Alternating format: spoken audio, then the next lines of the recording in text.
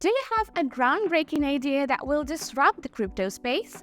Or are you just curious about how exactly cryptocurrencies come to be? In any case, here you will find a step-by-step guide on creating your very own cryptocurrency. My name is Anna and I will be your host today.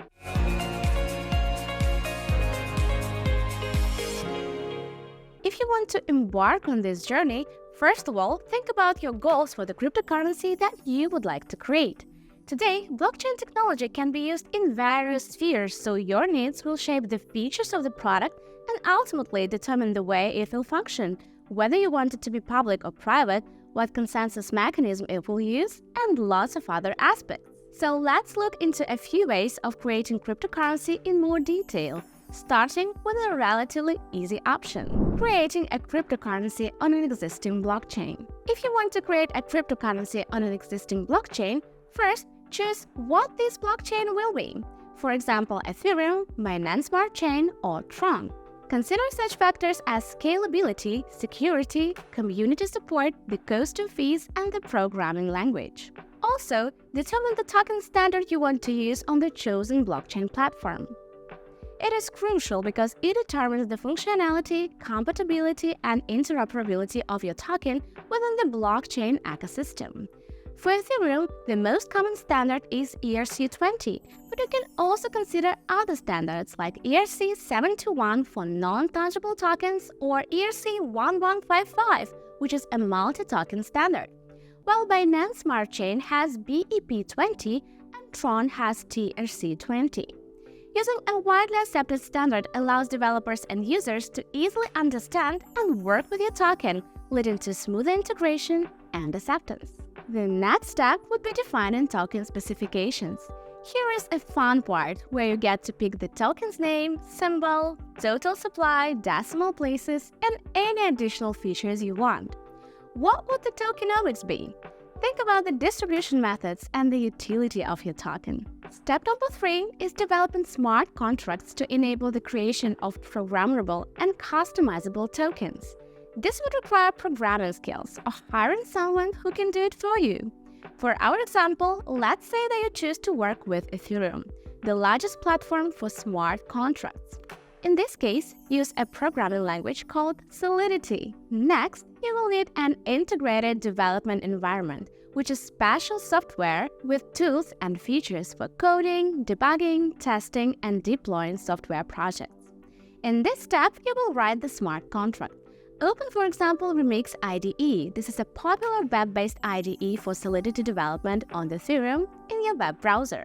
Then, create a new Solidity file and write the smart contract code defining the token functionalities based on the chosen token standard. Implement functions for token transfers, balance queries, supply management, and any additional features you desire.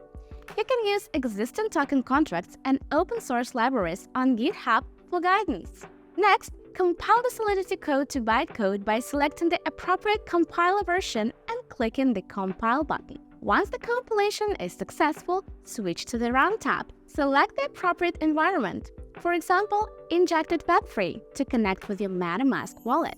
Deploy the smart contract by clicking the Deploy button.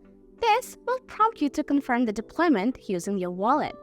In the next step, you will need to test and verify your smart contract. You can use a test network like Cropston or Rinkeby to verify the functionality and behavior of your smart contract. Test various scenarios such as token transfers, balance queries, and interaction with other contracts to ensure that smart contract functions as intended.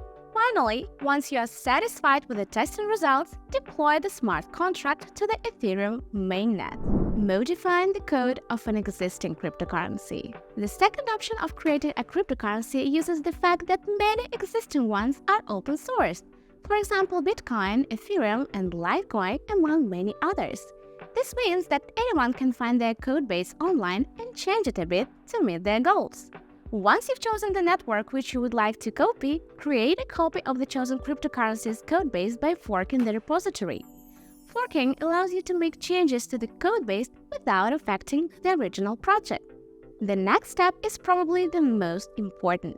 Study the existing codebase to understand its structure, components, and functionality and see what exactly you would like to change or which new feature you would like to add. Then, make the necessary changes to the codebase. Pay special attention to the key areas: the Genesis block, transaction validation, block verification, and network communications. The next step is to thoroughly test the modified codebase to make sure it functions properly and doesn't have any bugs or other issues.